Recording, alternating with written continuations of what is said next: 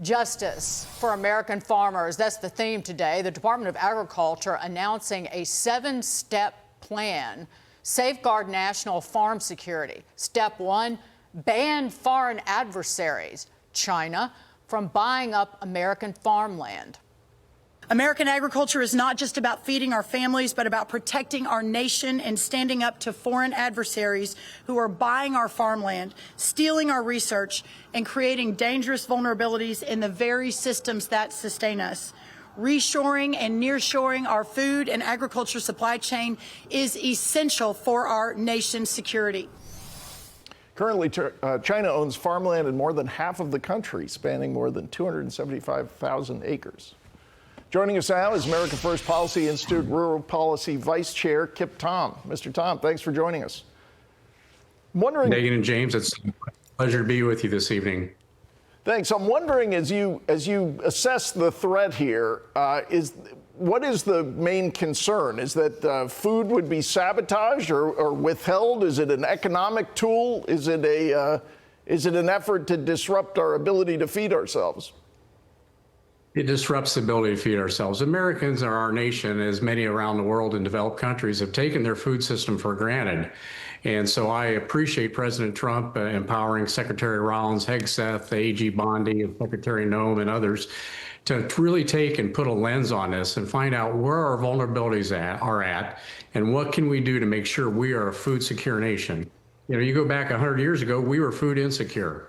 And in my prior role, serving as a U.S. ambassador traveling across the Middle East and Africa, I can tell you what goes on in food insecurity is now a place that we want to be. So we have the most resilient system in the world, but it's time we take notice and bring back supply chains, make sure we protect our farmland from foreign adversaries' ownership.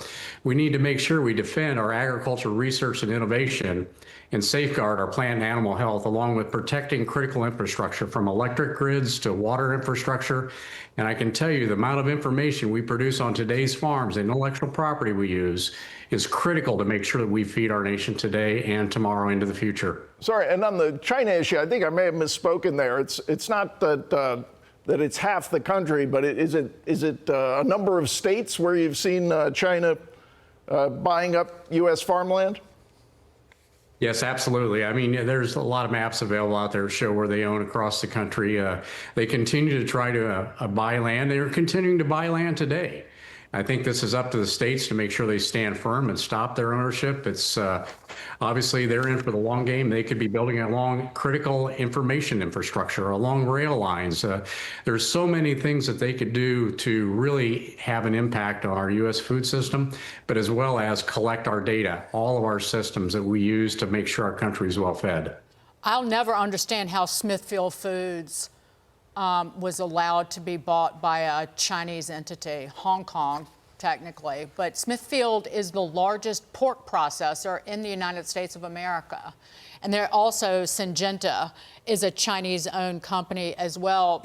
Brooke Rollins, the agriculture secretary, was asked about that today, and she said, we're going to look at it. You'll likely see an executive order on this very soon from the White House. She's going to be a member of CFIUS as well, start as of this afternoon.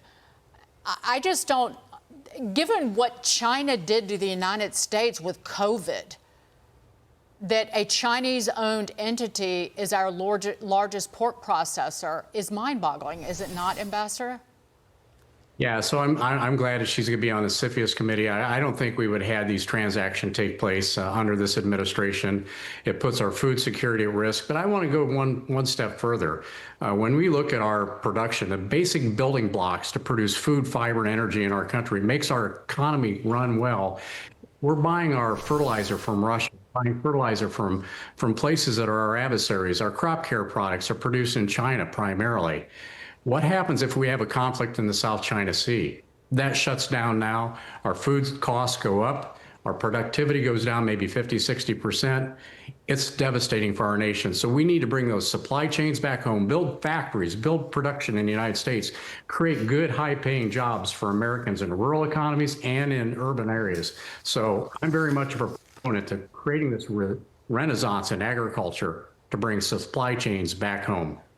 Right, and fighting agricultural terrorism, like the 3 arrests of those researchers at University of Michigan.